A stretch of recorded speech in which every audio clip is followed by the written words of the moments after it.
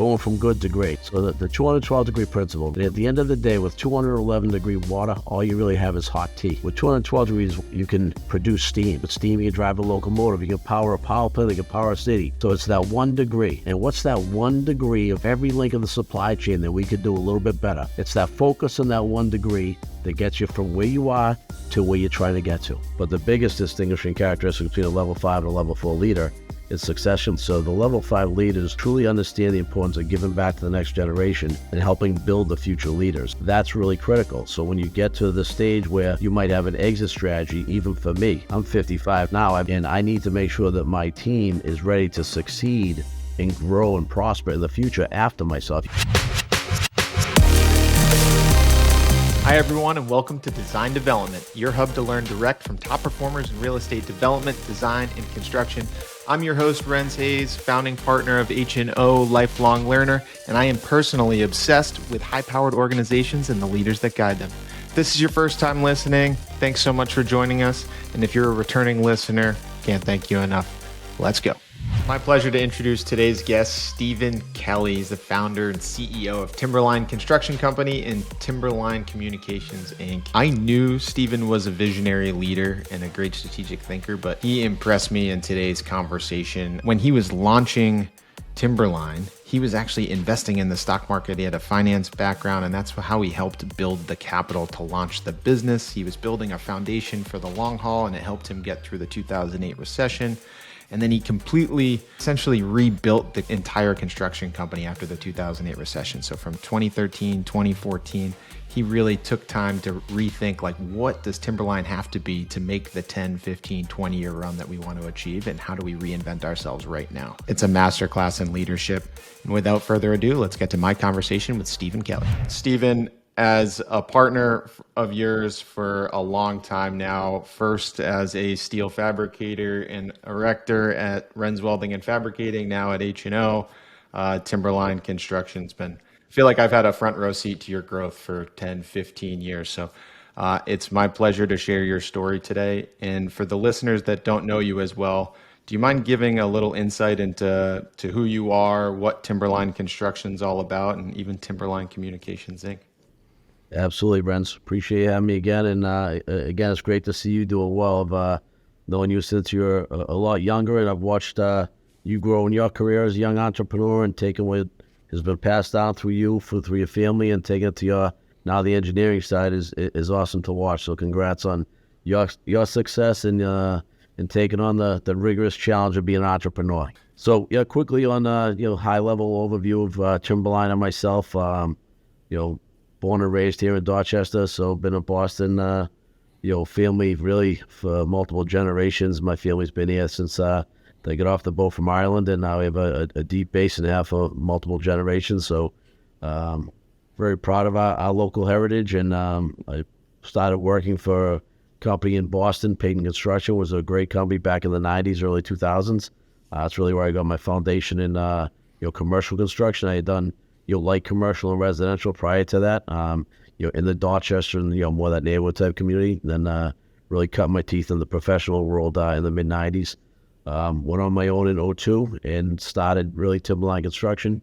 At the time, we were really one company with two divisions, our general contracting division and our telecommunication division. Mm-hmm. And the plan there was to always grow and scale, and where the wireless would be one sector of maybe 8 or 9, and then we would grow the GC to really the CM platform, which is, two really distinctions between a GC and a CM, where it just gets into like the level of sophistication in the institutional sectors we work in.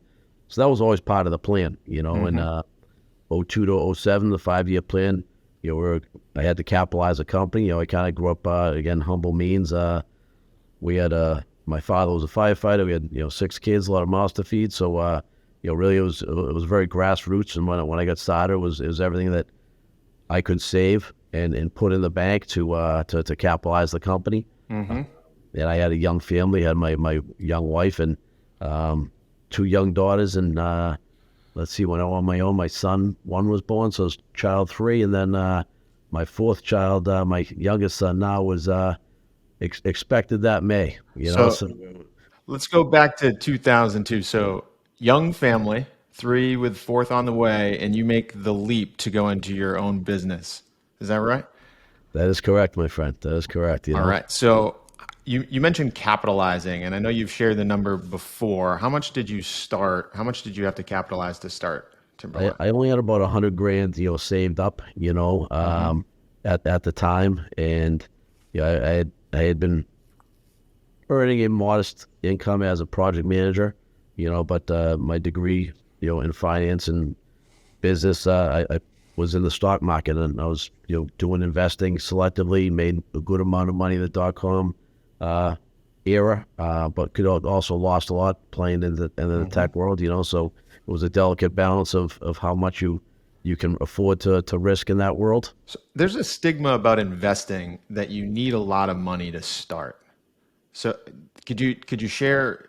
You obviously have a background in finance, but just because you got a degree in finance doesn't mean you're going to be successful in the stock market, right? So how much did you start with when you started investing? Like, how did you think through risk and opportunity? Because the big fear, and if I think of even personally, when I start to look to put in money and try to manage myself, it's like, oh, if I lose this, then I'm not going to have any more to invest to learn to gain more money, right? Like, so how did you de-risk that entire? So let me tell you something really cool as a young business entrepreneur, but finance guy. When I was at Peyton, one of my accounts was Fidelity, right? And we did a lot of data centers back then, and I worked on the trading floors. And Fidelity had a room up what they call the block in Boston, was the Devonshire Congress Street area, which is where Mr. Johnson's office were. But they have a paper chart that's in a humidity-controlled room that's literally been maintained since 1890. And you can see the exact functionality of how it performed in the stock market over all those times, including the Great Depression and Black Tuesday and every economic cycle. One thing, what was amazing to see there is no matter what, the stock market will always go up, right? It's like a set of stairs. It's going to be some ups and downs, but it's always going to keep going up like that. And I'm a believer in that. I'm a data guy, so data tells a story. It's just a matter of how long the timing is for different cycles to ride out. So I have full confidence in the stock market. But with that said, you can lose a lot of money and you can make a lot of money, and it's all has to do with like your risk appetite, where you want to put it. You don't actually need a lot of money to get started. You need to be conscientious of what you can afford to lose, right? The dangerous part of the stock market is it's a little bit like gambling, right? So if people are gambling foolishly, they can lose everything. If people are playing the stock market foolishly, they can lose everything. Especially in the short term. Like you said, like over time, everybody wins. But if you need money in the next 12 months, you could lose. Yeah, and let me make that one distinction. Everybody wins in the long term when you have a diversified portfolio that will grow, that has risk tolerances built into it and risk measures to prevent total loss. Day traders can lose everything and be broke. I mean, there's plenty of case study on that too, right? So it's about intelligent investing and what you can use and what your plans are. Like, I just happen to be doing to start to build a longer term portfolio at the time, but as a young entrepreneur, I end up using some of that capital to, get the business growing, So was the idea investing for the long term, or were you trying to invest to build capital in a finite amount of time to launch Timberline, or did you just recognize that was successful, so it gave you the capital to go on your own? No, it was actually, I'd say the answer is twofold. I always plan on having an investing strategy long term, right? But short term, I 100% needed it to subsidize my income. It's silly, but I can remember the numbers. I was making 72 grand a year back in probably 98. And, when I was started kind of really thinking about at some point I might want to do my own thing. And one thing that stuck with me back in those days, I was a young kid, and once you've been in the seat for a while, you see the world through a different set of lenses, right? It's a different perspective. And I was talking to Billy Payton, who was the owner of my company at the time, and he told me he saw me in his seat someday. And I thought he was out of his mind. I'm like, what, are you crazy? I could never do this, But you can see that now that I'm in his seat, like, you can see the potential in the ceilings that different people have. And when he said that about myself, it started to make me think, maybe I can do it, because I kind of always had this Hmm. entrepreneurial spirit that I wanted to own a business, get into business. When I was a kid, like a young kid, 8 years old, I started my first paper route in Dorchester, and I grew it to a pretty good sized paper route. But I did everything myself, all my own collections. I ran all the math. I was doing all the, even at 8, 9, 10, 11 years old. My mother really wasn't too involved. My father wasn't involved, and that helped my brain fundamentally. On the math side of life is tracking debits Yeah. and credits and everything. And it sounds silly when you think about it, but it was a big deal back then. It's a And great lesson as a young person, well, for sure. 100%, man. My father again was a firefighter, so he had told myself and my brother Sean, you still got to start contributing around here. We're like 8, 9, 10, but we have 4 younger brothers and sisters. There's 6 kids in my family. So we were always out hustling. We're out shoveling snow in the winter, making a ton of money. We'd shovel snow from 7 in the morning till 9 at night. We'd walk to Milton when we got done in Dorchester. Like, we were hustlers, and we were, Love that. 13, 14, selling. We'd leave, St. Anne's, my grammar school. We'd take the train in town. We'd hustle newspapers and sell station for a quarter. So That's awesome. yeah, it's funny times. They back to the but The entrepreneurial spirit was there early. yeah, but it was also the entrepreneurial spirit, but it was knowing that we had to contribute to help the family. Like, my father's working 4 jobs trying to raise 6 kids, and that's a challenge back in those days. Yeah. So it made us responsible to not just ourselves, but it started to really. We had that family centric, those values ingrained in us at an early age, which then leads to where you are, to where I am today. At least I'll say, right? You Yeah. see good parents, and usually that comes from the prior generation instilling good values into you as a parent. Not always. There are plenty who I give a ton of credit to, who come from more challenging environments and still become good parents as well. But for me, I had the benefit of having 2 loving parents. Life wasn't perfect. We didn't have a Hmm. hell of a lot in Dorchester, but we had a really strong family fabric around us, which taught us those values, which I'll say to my core, who I am today. Deeply patriotic, deeply loving, deeply loyal, and everything that my parents were. Myself, my brothers and sisters, were all successful in their own right today.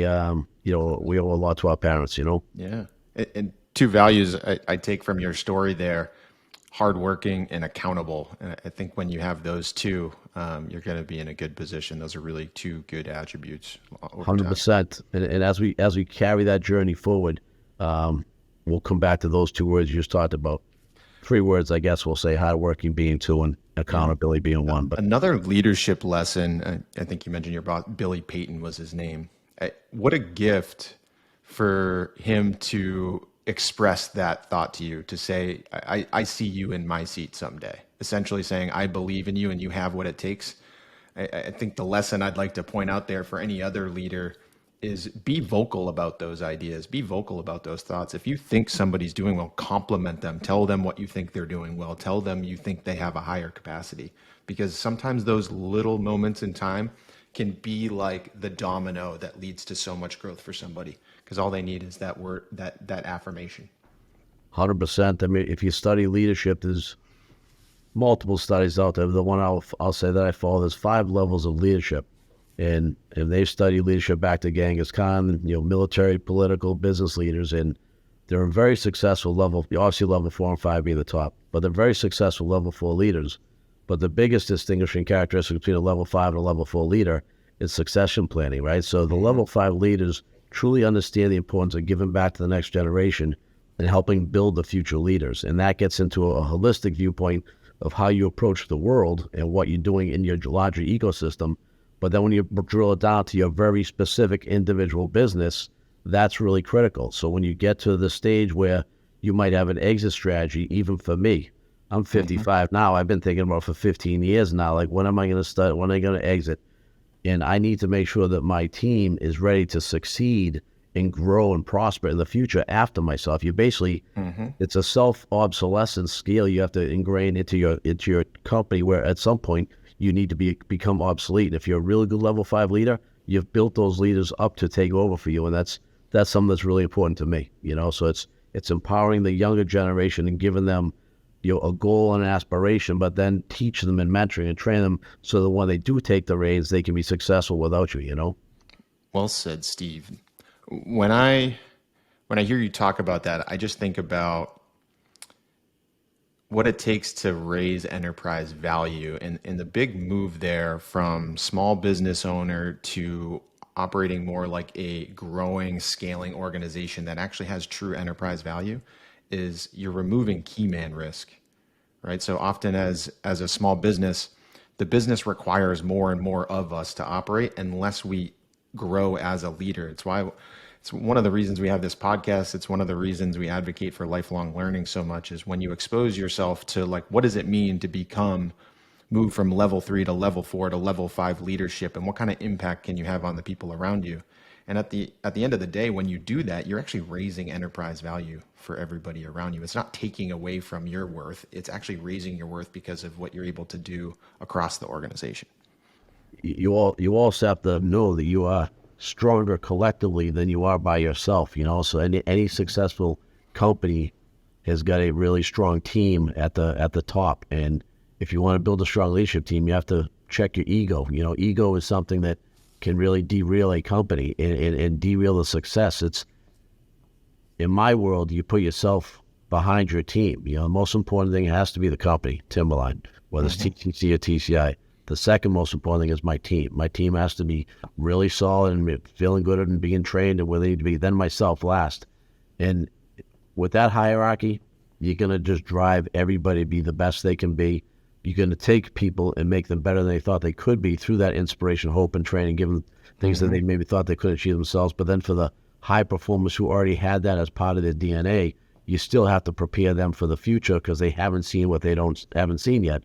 So there's a whole orchestrated effort to build leaders. It doesn't happen by accident. It happens by effort. And that's something that's really important for any young leader who's thinking about doing what we're doing. It's a lot of work, and sometimes the critical decisions you make along the line about selecting the right people are gonna be what helps you the most in the future. There's a saying I refer to frequently, and it's a company's ability to grow is directly correlates to their ability to develop leaders. 100%. And it's an ongoing process. It's not something you do once a week, once a year, one time and you're done. It's like it's a part of the ecosystem of a company. And it sounds like you do that really well. Yeah, I'll tell you. I read a book many years ago. It's a really great read. It's a simple read. It's under 200 pages. It was called the 10 Commandments of Business Failure. And I haven't heard that one. Yeah, it's a great book, right? So it's Don Keough was the author. He wrote it, I believe, at the age of 81, and I'm probably going back 20 years since I read it. And former presidents, Coca-Cola, Berkshire Hathaway, been in a lot of major companies. And he starts it off by saying, I'm not one of those dot-com billionaires who got lucky. I'm going to tell you some proven, rules around business that are going to help you grow, right? And one is the seventh, I believe it was the seventh commandment, was inflexibility to change. And he'd back up every one of the commandments with case studies. So two great case studies there was the Airrocks, who were a bunch of pioneers, brilliant engineers from Connecticut, who really created and dominated the world from the late 1950s through the early 80s. And Kodak followed that similarly, and they both refused to accept the digital age, and they went from being innovators to and pioneers to being obsolete, right? And that's the problem that we all have to be conscious of. One generation's innovation is the next generation's obsolescence, and as leaders, you can never become obsolete. You have to live in the windshield, and I preach it all the time. And as a real leader, it's not just the windshield. The real leaders, the CEO's got to look down the road and around the corner, not just down the windshield. But you're building your team to live in the windshield. You can learn from the rearview mirror, but you can't live there. If you do, you'll be run over and gone before you know it. So an expression I use sometimes with my team is, every day in the Mojave Desert, the gazelle gets up and has to run as fast as it can to survive. And every day in that same desert, the young lion has to get up and has to run as fast as the slow gazelle. Don't be the slow gazelle, because you're going to get eaten by the lions, right? At the end of the day, that exists in every generation. If you go Absolutely back to right. any period of life, there's business, there's drivers, there's people who are the leaders, and those who can sustain, and those who fail. Timberline Construction today. or Timberline Construction, Timberline Communication. What's the team size? What market sectors do you serve? A little bit about today's business. Sure. So we started as one company back in '02. Where we're the wireless sector and the GC sector, and we broke them up in 2017 because really they're very, very dissimilar, and I want to really scale both of them. And there was some confusion in the marketplace. Are we a GC who does wireless or a wireless company that does GC? So we really broke them up. So we're still under one roof. We help each other out. But TCC and TCI are both in 300% growth mode right now, which is great. In the last 5 years, both companies have grown 300%, and they're going to continue to grow at least another 100%. I'll say from now to over the next 5 years. TCC will go from 250, 300 to 400 to 500 million, and TCI is going to go from around 30 million to probably 50 million regionally, and then we'll expand to become more of a Northeast player, become a $100 million company, So there's some regional expansion into both of those growth plans that we could talk about if we want to get to that point. But right now, I've got about 200 employees between TCC and TCI, and then I probably have another, 50 plus in some other businesses that we can talk about later. All right. And so 200, how much do these two companies intertwine? Is it a shared workforce or just shared leadership? How do you structure the teams? It's a good question. By design, they're separate, but we share a lot of the, I'll say, infrastructure, the finance, the human resources, the marketing. So there's a benefit there simply to the bottom line on the expense side of the ratio. But we're very complementary to each other. We can help each other out in different ways. If there was a point in time we were doing a addition on a hospital, and we're actually building right outside the ER for Charlton Memorial Hospital. We were building the first hybrid OR outside of the city of Boston. Pretty complicated job. And it was the winter, we had all that snow. And all of a sudden, even the hospital didn't have enough resources to get rid of all the snow. Mm-hmm. So we sent 15 guys down from TCI with some Bobcats and took care of all the snow for them so they could get into the emergency room and all that stuff. So GCI has a whole bunch of different skill sets in the field, different type of technicians, but all skilled labor. So we can deploy them into the TCC world to help when necessary. And TCC can also help TCI at times as well with what we do inside buildings. We do a lot of TCI will perform with 5G and whatnot. You can see a lot. Every building is going to need to be upgraded in terms of what their technological capabilities are. Mm-hmm. With the 5Gs, it's going to be a lot about machine to machine. So you'll start to see a lot more demand inside buildings for their own dedicated in-building DAS system. We just did one of the international places. As a matter of fact, a new DAS system over there. So TCC can bring TCI in on work, and TCI can bring TCC in on work. So they're complementary to each other. That's a huge benefit. You have two growing businesses, but in times in different seasons of those businesses, you have resources to pull on, and they're trusted resources that are still aligned in the overall values and mission of Timberline. Yeah, I'll tell you a funny story. So we were doing about a $30 million job for a hotel, reposition a hotel down in Rhode Island, and awesome job. We're gonna restack all the rooms, new mechanicals, new roof. But we get up to the roof, and I would go out to the penthouse door, and there's a Verizon site or an AT&T site. And if anyone's ever seen a commercial roof with cell sites on, pretty complicated, right? So my client at the time, and I had just met him not too long before this. He didn't know me that well. He didn't know I had the wireless company.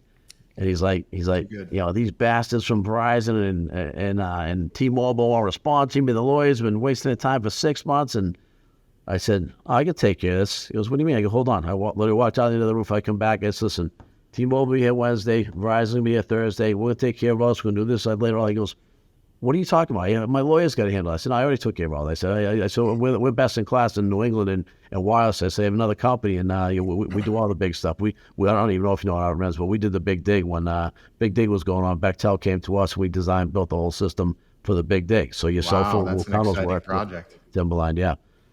So anyway, there are definite synergies where the TCI and TCC teams come together and can certainly help each other out, Yep, because those are complicated on a roof, and you're right. For somebody that's not in that business, you have absolutely no clue who to call. So, and the funny thing is, people think it's just a cell site. Well, they're governed by the SEC, and all 911 services triangulate through a cell site. So they have more control than any landlord. There's not a landlord in the world, know how big they are. They can just go up and shut down a cell site, which is kind of what this landlord thought at the time. He goes, I'll just shut them down. I'm like, yeah, you don't want to do that. You don't want to do that. You know? That's not going to work out. I want to get into your growth strategy because you're clearly a visionary leader. I do want to talk about the vision from the early days. Launched in 2002, right after the dot-com crash. You have a few years of runway before the big 2008 recession. What were what was an early win coming in for Timberline Construction? Like, if you think back to that time, when were you like, I got this, this is going to be great? Well, I'd love to give you that, awesome story about the great home run in those early days, but I'll flip it and say it was a lot of singles and doubles grinding it out, right? Yeah. People want to have the glory stories, and there are some out there. In those days, I will say what always differentiated us was our relentless pursuit of customer service, being best in class, right? Mm-hmm. It doesn't matter who you are, what sector you're in, what business you perform in. If you're a best in class company, and I've told my team this 100 times, that's not a pin that we can put on our own lapel. Okay, you'd love to, but you can't. The market puts that on you. When your competition looks up to you, when your partners, your consultants, your subcontractors, your architects, engineers, OPMs all want to work with you, when you've differentiated from your competition, that's when you can earn that right. And there's not one company; it's a category of the best performers in any business sector, industry that are in that category. And to me, that was always a pursuit of mine. I'm fiercely competitive. My mother will tell you that I have always hated to lose from kindergarten on. I've had issues with losing. I don't quite clearly remember some of those stories that like she does, but I'll say that I'm driven to compete. I love to succeed. And if we're going to succeed, I want to be the best, So it's that relentless pursuit. So we worked really hard. We got some bigger jobs on the wireless side through like the Bechtels of the world, like the Big Dig certainly put us on the map, but that's really because I was already the SME in the tunnel work. Even when I was at Peyton, I was doing all the tunnel work in the Prue, the Sumner, the Callahan, and then the Ted when that opened up. So they really came to us, and we built that. But it was a bunch of singles and doubles building us up to get us to where we were. But very quickly, like we went from $900,000 the year I didn't own the company to 2.6, almost 300% growth in year one. And couple that with, I bought a new building, I moved the company, I fired half the existing employees and started rebuilding. In the first 5 years, we had 10x growth, right? So we really grown pretty quickly until, the Great Recession hit. But I also saw that coming, and I was talking to my CFO at the time, and we kind of really thought there was some dark clouds rolling in. So we started buttoning down the hatches a little bit and had to really preserve for the future. And that's really what we did. So the early years weren't so much about the big wins as it was about building a solid foundation that can withstand, some tough times. Absolutely. So right. Everything I made, every dollar I made in those early years went back into the company. Okay. I had a modest salary, enough to take care of my wife and my kids and start to build a financial future for them. But it had to go back into the business so that I knew in the long term we could sustain any type of, challenges. And I did not think that the recession would be as bad as it was. I'm a bit of an optimist by nature. So I was hopeful that it wouldn't be as deep as it was, but it was pretty deep, and it was really challenging. And, so the long-term vision in the early days, which really helped build that foundation, is what helped us sustain during the downturn because we're still capitalized enough to go through the downturn. But I'll go back to that analogy I gave you, putting the company first, the team second, and myself last. During that downturn, we were still giving out bonuses every single year. Meanwhile, I cut my salary in half. I told my wife, don't buy Dunkin' Donuts coffee anymore. Like, I am batting down the hatches for us. But yet I'm still giving money to the team, even though we're technically in the red those years. My auditors, would say, you shouldn't be giving out bonuses. Oh, no, they should. They'd ask, why are you giving out bonuses if you're not making money? I say, my team is still working really hard, but I'll say the external reasons, the market, the economy, we're struggling. We're not making money. We're not in the sectors we want to work in yet anyways. But they were working really hard. I'll still reward them because I had plenty of money in the bank at that point. I capitalized the company pretty well.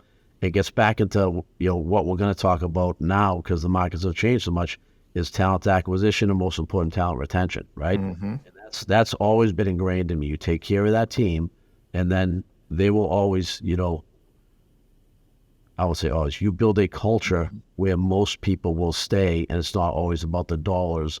If someone leaves, there's always someone going to give someone more money than maybe I would say they're worth, because I already know how they can perform, right? Mm-hmm. For the most part, if you build a culture around loyalty and dedication, and you take care of people the whole time they're here, you invest in them, it does a lot to your culture as you start to build that culture. Culture to me is the ultimate differentiator.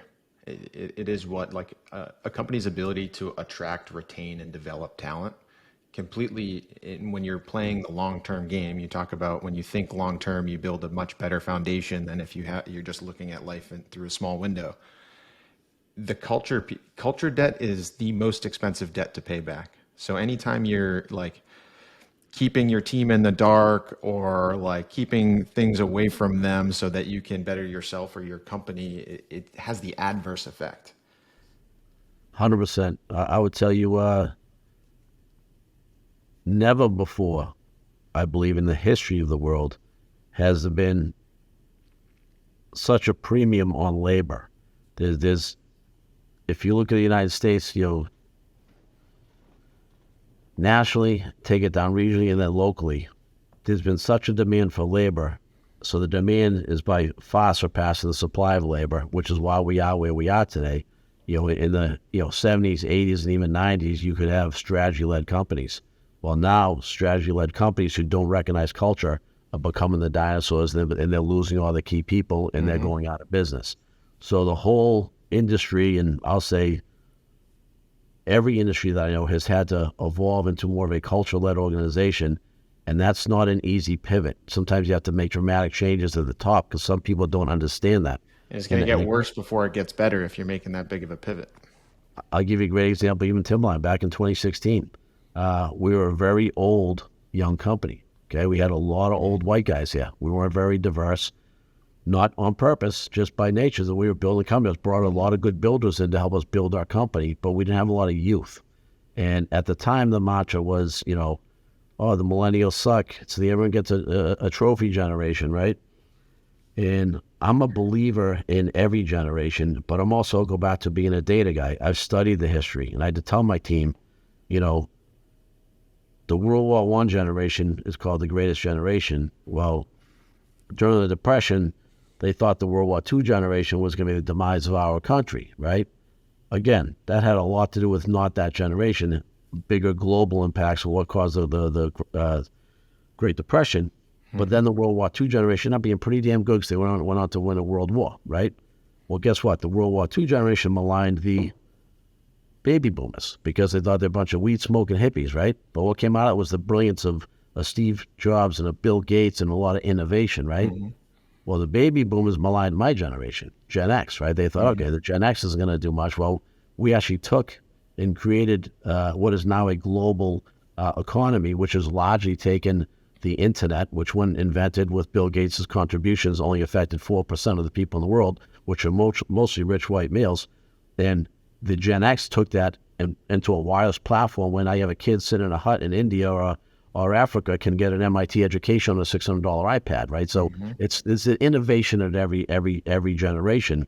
Now, I was talking to my leadership team about this. We can't be naive to think that the millennials are going to suck. That's just human nature to repeat itself, right? So I was actually at a conference down in D.C. for TCI. I was the ambassador for the state of Mass, talking to the House of Senate and the Congress. And but I went to an HR conference on millennials.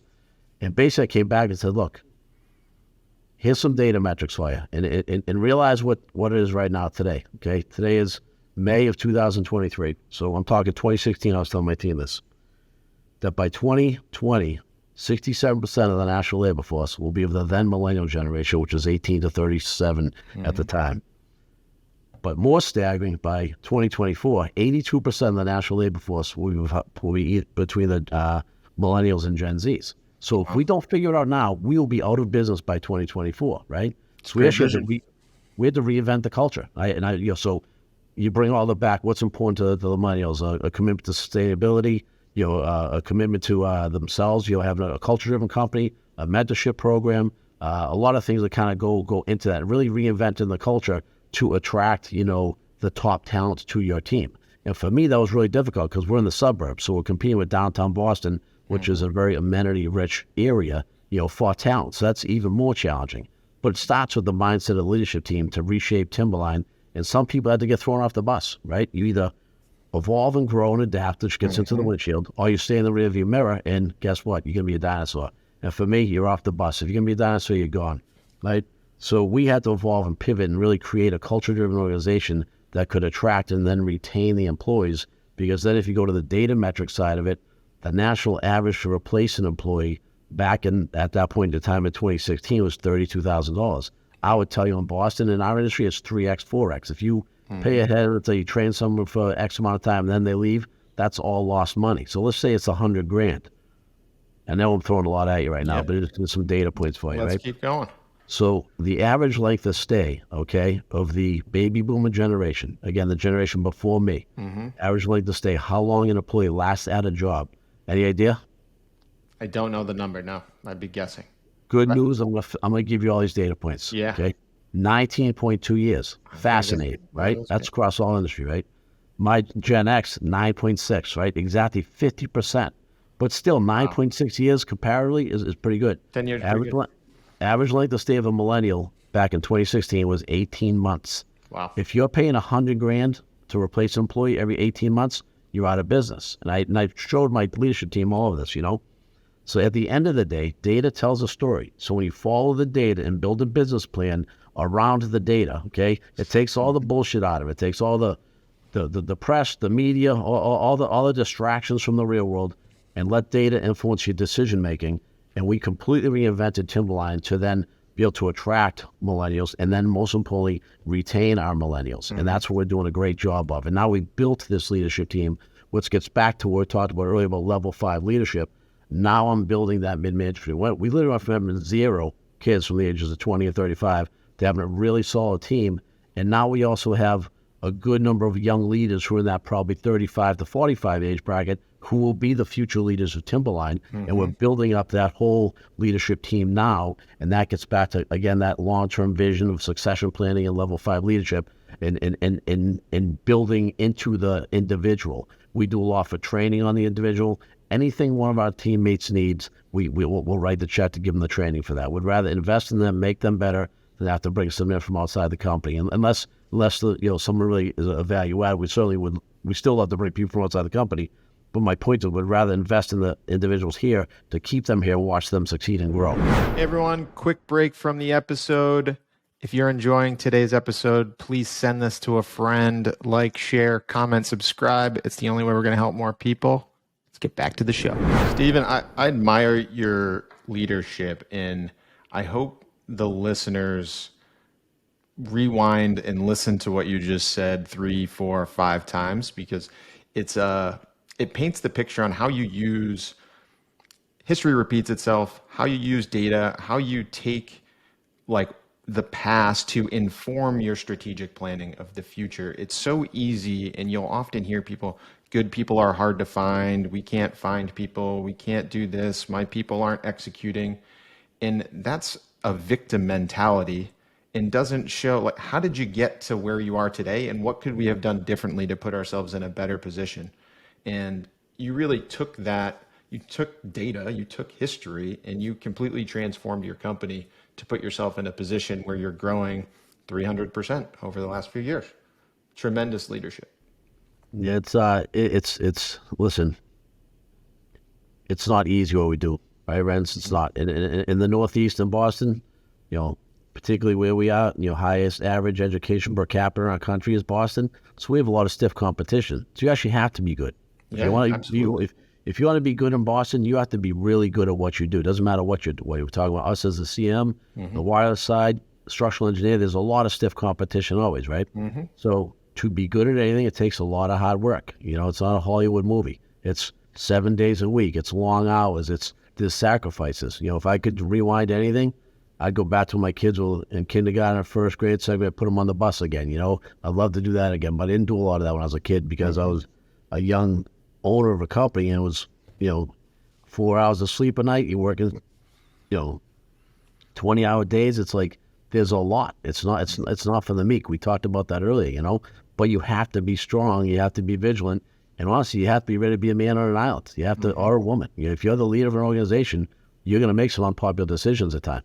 But you have to make the right decision that's in the best interest of long term for the company. Always. That's what the job calls for. 100%. And so you're very open and transparent about the numbers, which I can appreciate. So 2016, about how many people, or what's your general revenue there? We know today you shared is about 250, 300. Yeah. Let me see. Well, to put this in perspective, just say the last 5 years of growth, where I'll give you the 300% growth mode.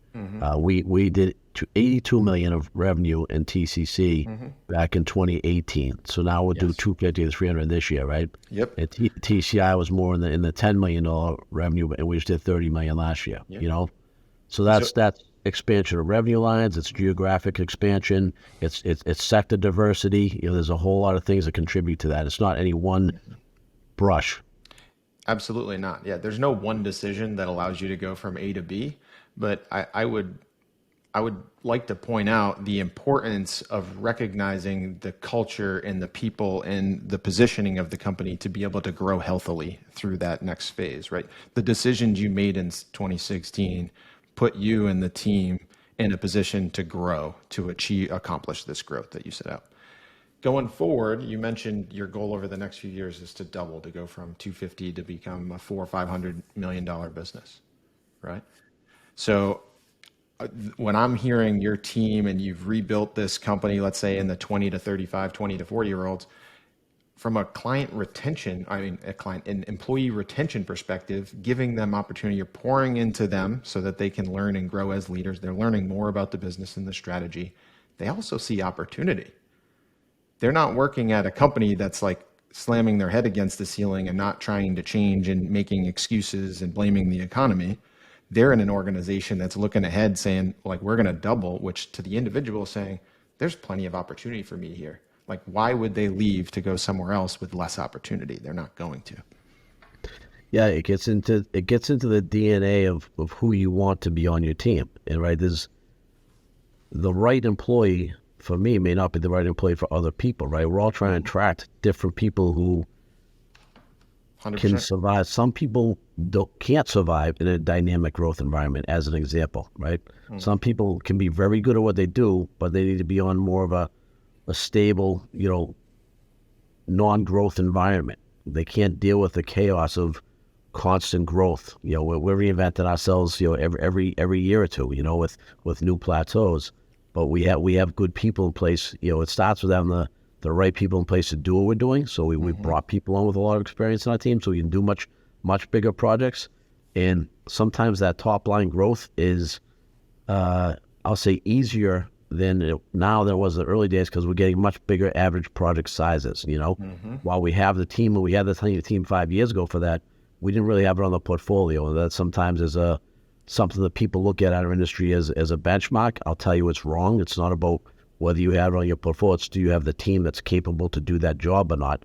But unfortunately, more modern day, they tend to do that. I'll tell you, 20, 25 years ago, clients would trust you based on your experience and your performance. Now they tend to say, well, show me what you've done in your portfolio. And sometimes it's all smoke and mirrors. They won't even have the same team that built it, but they have the picture of it on their website, Yep.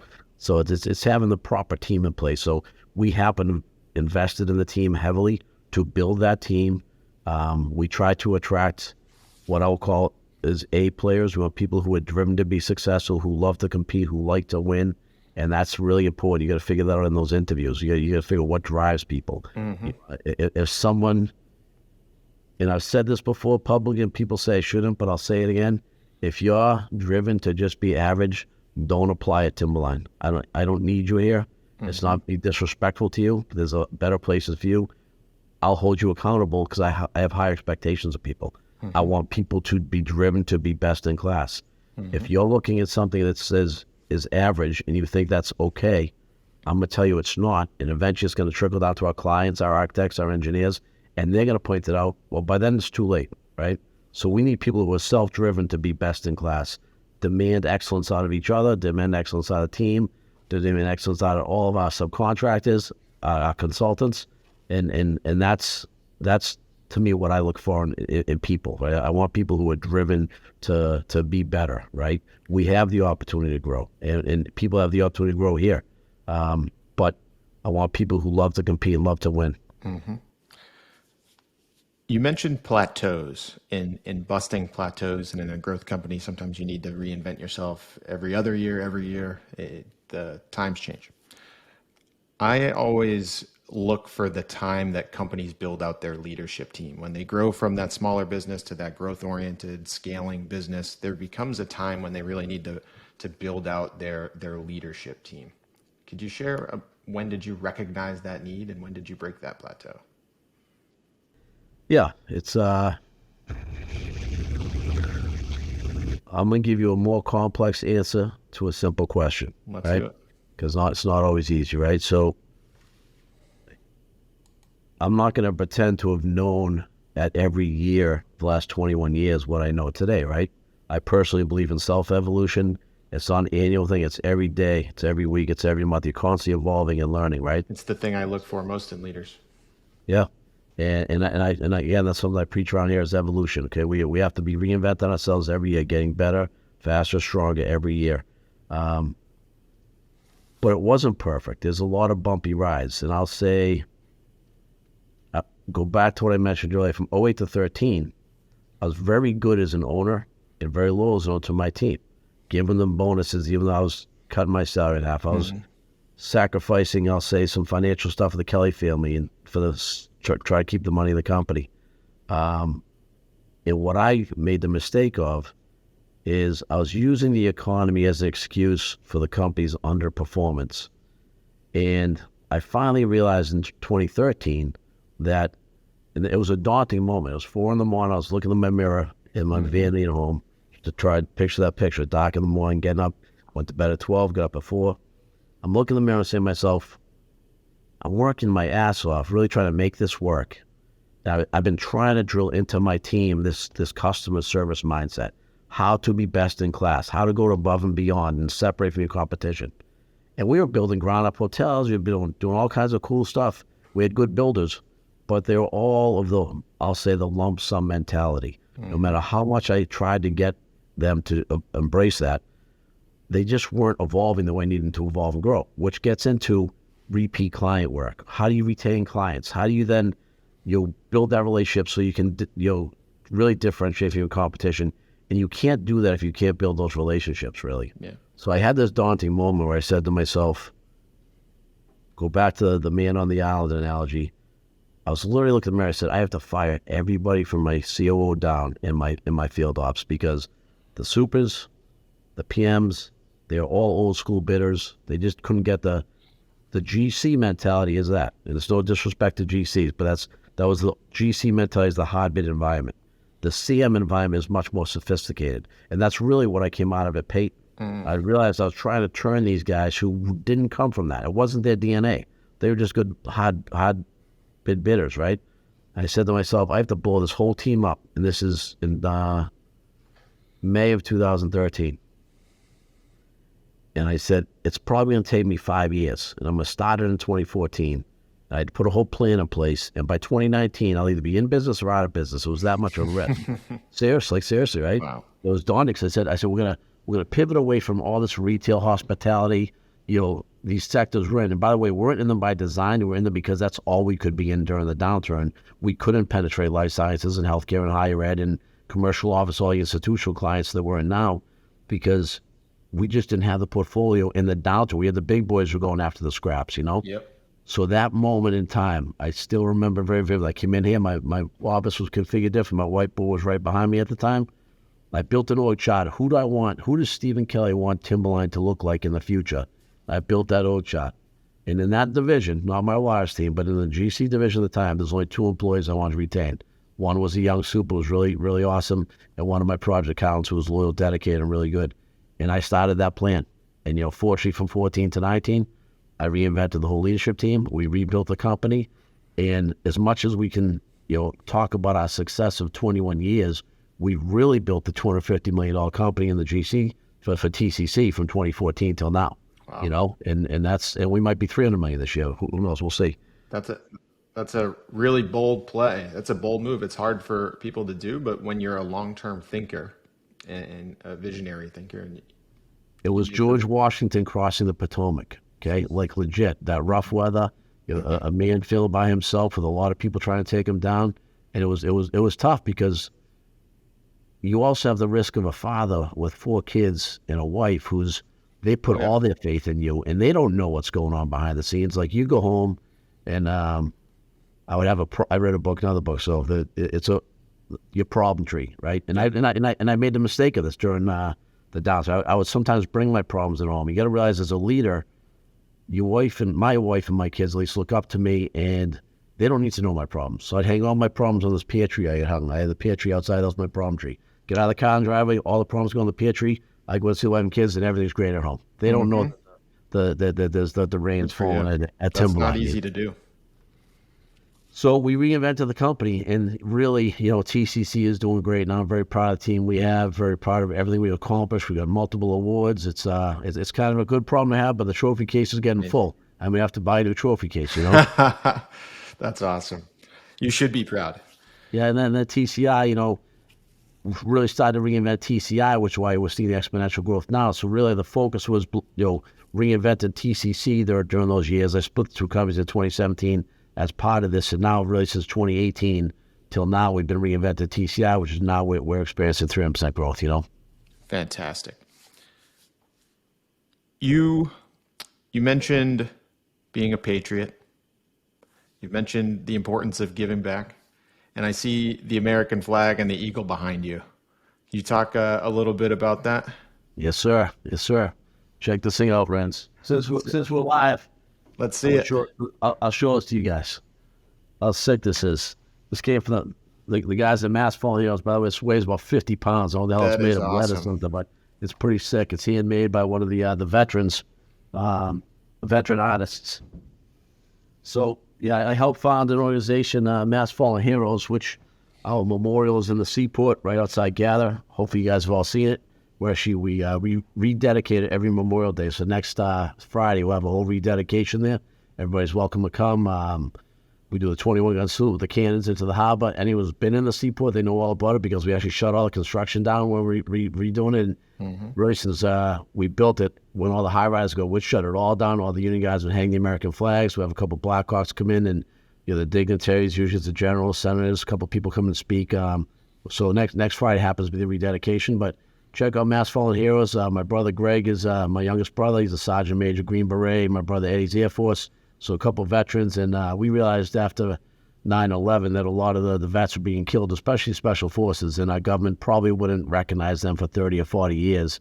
And, we decided to found the organization, and, 9, 10, 11 was really grassroots. So we brought it downtown, started to get some really good investors, and John Hines from Boston Global Investors really helped us out a lot, as did Marty Walsh, who really, without Marty, it doesn't happen because, when Mayor Menino was still in town, he was not offering us any good locations, but we were able to get that location.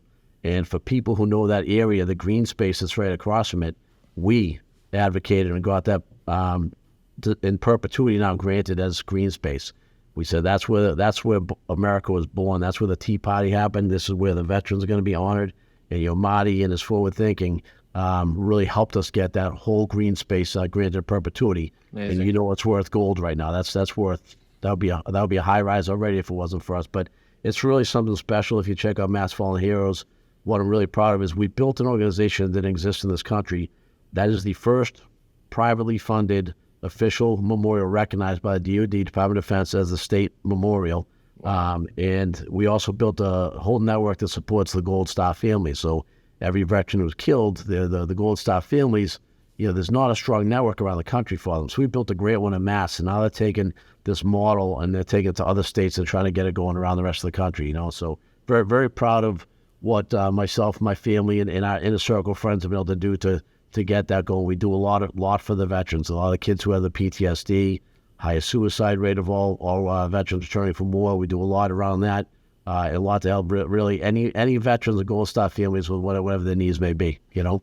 What an amazing cause and community. And so we'll make sure we share a link for where people can donate. And you mentioned next Friday being the memorial service in Seaport. So we'll have to post that'll probably beat this episode out, but we'll make sure we get a post out there to Just try to check push it out, man. We actually we're kicking off Friday night, Rents, at the Encore. We have a big primary fundraiser every year. It's a dinner, so we have it this Friday night. And we actually have it's really the whole week we honor the veterans. There's a lot of stuff we do from now all the way through next Friday. We dedicate the memorial. We'll get that out there. Absolutely. Wrapping up, you've already shared your books. I always asked about what we can expect from you and Timberline. I think a lot of today's conversation has been about growth and leadership in Timberline. I also know that you're dipping your toe into commercial real estate development. Can you talk about your big splash coming up? I can. I want to throw one more book out there before we talk about the Let's do it. what we'll talk about in a minute. The development side. It's there's something called the 212-degree principle. You ever hear of that? If I mentioned that to you? Nope. Another short read, but at the end of the day, it's like going from good to great, right? That final 10% is the hardest 10% to get, right? There's no one thing you can do. There's 1,000 little things you can do. 100%. So the 212-degree principle, read it. I put a whole dissertation off for my leadership team a couple of years ago. And at the end of the day, with 211-degree water, all you really have is hot tea, right? With 212 degrees, you can produce steam. With steam, you can drive a locomotive. You can power a power plant. You can power a city. So it's that 1 degree, right? And what's that 1 degree of every link of the supply chain that we could do a little bit better when you're coming in second? And that's what really led to this. We're doing really good, going against some really stiff competition for a few years, but all the big jobs we just weren't getting, which is why we weren't experiencing that top line growth we're finally starting to get to now. We finally broke through that ceiling. It's because we had to look at every little thing that we could do different better. We do a lot of things great. You're knocking out competitor 5, 4, and 3, but when you get to the dance and you're going against a 40-year company who's got the portfolio and you're constantly losing, we had to do something different. So we had to say, all right, look at that. What is that 1 degree difference you can do? What is the 212 degree that we can do at every single link of the supply chain to get us those jobs? And we started doing that. So it's that focus on that 1 degree that gets you from where you are to where you're trying to get to. That's a great lesson and a great mindset to share and have amongst the team, right? Because it makes it 1 degree doesn't feel like a huge difference, but that 1 degree can make all of the difference because it's the domino that allows you to do so much more. So it gets people thinking and looking strategically on like, what's the next thing that we can grab? I like 100%. that lesson. Because you also spend a lot of money. There's a lot of money goes into being number 2 all the time. So at the end of the day, second place is just the biggest loser, man. You want to win, you got to be number 1. That gets you the contract sign, it gets you the revenue, gets you the income, allows you to grow, reinvest in the company, hire teams, and you have to. Otherwise, you're just going to be the biggest loser. You said it. You said it. I love that. Big splash in real estate development. Yeah, so I mean, the longer story there is I started to look at myself. Again, I mentioned I'm 55, so as I was approaching 50, you start to do a little reflection on life. It's a milestone. Although I'm a data guy, I don't get hung up on numbers like birthdays, but it did make me look at myself a little bit holistically and say, I'm doing well. I've got two companies, both are great. I will certainly have hit financial plateaus that I can be very proud of and retire on. But my legacy, really is only as good as current year P&Ls. And you can study businesses that were around for 100 years, 50 years, 20 years. And in the services world, you're only good as your current year P&L, right? So at the end of the day, I could have great companies that for whatever reason, they could both go out, economy, changing cycles, key man, a lot of issues can happen to bring a company down. So I said to myself, a lot of the successful people that I've really got to know have an anchor in real estate, right? And that gets into longer term wealth, multi-generational. How can I help my grandkids and my grandkids' grandkids and all that? So I said, I got to start looking for a real estate place. So I have a couple, points, interests, investments in some other companies, but nothing I have a major control in, And so I've been looking for a really good real estate opportunity that I could really kind of get into. And, I found this opportunity up in New Hampshire, Tenny Mountain, which I know you now know about. Tenny Mountain. And not only was I looking at my own personal legacy from a financial standpoint, back in the, I said about 7, 8 years ago, saying, what can I do to, diversify my own personal wealth portfolio to help future generations? But I also started looking a little more holistically, like the impact on the world. Did I leave the world a better place yet? And I started really looking at myself hard, right? And I said, between the two companies, we probably had, 1,000, 2,000 alumni, and all of them have had spouses and kids. So have we helped 4,000 or 5,000 people in the world? Yes. And we've always been very good company. We treat our people well, always took very good benefits. And so could I be proud of that? For sure. But did I really leave the world a better place? It started really eating at me a little bit. I have to do more. Mass Fallen Heroes, again, 100%. Very proud of what I did to help that organization. That certainly is leaving the world a better place. But when I saw Tenny Mountain, I was like, wow, I could do two things here. One, I can really build what it could be a long-term great success from a real estate play, which gets into multi-generational benefit for my kids, grandkids, and so forth. But I also looked at the entire community up there from a data standpoint. And from 1988 on, it's been 23% plus or minus below the national poverty level, which it's an opportunity zone. But it's a really depressed real estate area because Tenny Mountain hasn't thrived. Mm-hmm. When Tenny Mountain's thriving, you can drive businesses, job creation, jobs. With jobs, you need housing. With housing, and solve for housing. And I started to look at this mountain and I said, you know what? I'm actually an SME in construction, right? And construction is one of the bigger risks in any development. So when you talk about cost certainty and time certainty, I actually can control them uniquely in both ways. We talked a little about it today, but as a CM, we can build life science buildings, we can build hotels, we can build housing, we can build anything. But what makes us unique is we build towers on mountain that are much more complex than these little ski resorts. So I could actually build the ski lifts as well. And I went to look at a competing mountain. I was looking at them, how long have you been building a lift? 4 years. I'm like, you're kidding me, man. I would build that in 6 months, right? And because we build, my TCI team, we build towers on mountains, and wherever you need them, we can build towers. So from a construction standpoint, I've got all that down, which makes me an SME and a huge value add. There was depressed real estate. And so really the bigger picture play is going to be attracting businesses up there, and we're working with some who are connected to the DOD. If we build a business park there, we're going to really build it anchored on science. We're going to have the ski resort that we're expanding over the next 5 and 10 years. I bought 2 new peaks. We'll have new lifts going in. We're doing a new lodge, hotel, probably 100 condos, 100 units of workforce housing. So as the first phases of businesses are being developed, we're going to solve for housing. There's a really constrained labor market in New Hampshire. And from a percentage standpoint, New Hampshire has the least amount of available workforce housing, the lowest percentage of all states in the country. So we can build a workforce housing. That's going to help us attract employees, which is then going to feed the whole ecosystem. And now as we're attracting companies, we're going to have employees who can work at those companies. And now we start to build it. So now it starts to become symbiotic. And now as it starts to expand over time, all the amenities start to go. If you're going to have 100 to 500, eventually 3,000 people on the mountain, and we're going to expand it. We're going to go from about 1,000 acres to probably 4,000 acres over the next 25 years as we achieve multiple lifts.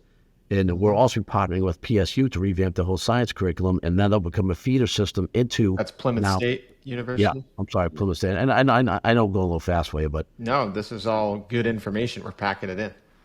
And then I'm a bit of a dreamer, so I was over talking to the town administrator in Bristol, which is one of the towns next door where Newfound Lake is, because they too have a lack of available workforce housing. So we're looking at the demand side. How much do we think we need between Plymouth, Bristol, Bridgewater, some of those towns around there?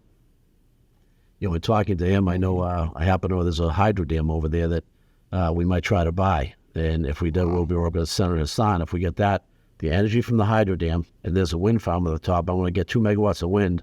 So with the hydro energy, the wind energy, this whole mountain, the whole ecosystem in a built environment, we can make it a microgrid. Now we have our own grid. We're off the primary grid, and there's a whole, movement at the federal level to try to get microgrids built and get the pressure off of the primary grid where you see all the brownouts and blackouts around the country, So there's just a whole lot that we're looking at up there. That at the end of the day, when we bought the mountain and brought my wife and kids up the lift, looking down, I was talking to one of my sons, and I was like, it was never about money. I said, pal, the way we're going to define success is in, 20, 25 years. I said, I'll be a lot older by then, but I'm still going to be working up here, And I said, we're going to look down here. and we've built about 3,000 homes. We have businesses with about 1,000 jobs. The ski resort will have multiple peaks, and not just the town of Plymouth, but the town of Bridgewater, Bristol, Holderness, Rumney are all going to flourish, and we will build, a community where it's currently impoverished, and that to me is leaving the world a better place, right? With that comes financial success, of course. The financial success will come with it, but if you're driven by that end goal of success, the money takes care of itself, right? Timberline was never to me about making money. It was building a best-in-class company. And when you do that, the money just takes care of itself. Yep. And if we're successful at Botany and we can build this community, and again, it's a long runway, believe me, but I can see it. I can see the built environment, and I can see how we can get there. I can leverage a lot of my relationships to do what we're talking about here. That's something I'll be super proud of, because we will certainly have left the world a better place for multiple generations to come if we make a community exist where it doesn't exist today, What an exciting vision. I knew you were a visionary leader. I think you're an elite visionary thinker. I love the way that you approach all of this. You're long-term thinking. We're seeing that trend just in today's conversation. You are long-term thinking when you talk about investing from a financial perspective. You're long-term thinking and building a foundation of a business for best in class. Long-term thinking when you restructured your culture. And here you are talking about how are we going to leave an impact and also diversify and create. You're de-risking this entire investment. You're looking at really impacting people, community, business in so many different positive ways that, like, if you can actually impact people in business in a positive way like that, like you said, the money solves itself, but it all comes from how are you de-risking the efforts you make today and thinking long-term enough so that you can't fail. The world needs strong leaders, and as much today as any point in our existence as human beings, does the world need strong leaders to emerge. There's a lot of chaos going on in the world right now. We need the next gen leaders to really step up, rise, and my advice to them, be fearless. Don't be afraid to be alone and make the right decision, and don't be afraid to take on a challenge. People would probably think I'm crazy for taking on Tenny. What I look at is like, I can do everything up here, right? And it's a long runway, but you need people who are willing to do it all. You really do. And it's not just today. There's pioneers throughout the history of the world who've been fearless, who have been not afraid to risk it all to go get something to make it happen. And that's what's got this world to where we are today. We need to appreciate our past, apply that to the future, and we need leaders at every generation to step up and take the helm, It's a great lesson to close out today's conversation. Stephen from Timberline, thank you so much for joining us today. I admire you as a leader, and I'm really excited to have a front row seat to everything you're doing over the next 10, 20, 25 years. I appreciate you, Renz, and H&O. Appreciate everything you guys do for the Timberline team, and God bless America, and good luck to everybody. Hi, everyone. Real quick before you leave for the day, if we could ask one favor. If you enjoyed today's conversation, if you're enjoying all the conversations on design development, please share this with someone that you think will benefit from it. Our goal is to help as many people in the design, development, and construction industries. And with your help, I think we can spread the word and help more people. Thanks for tuning in, and can't wait to hear from you next time.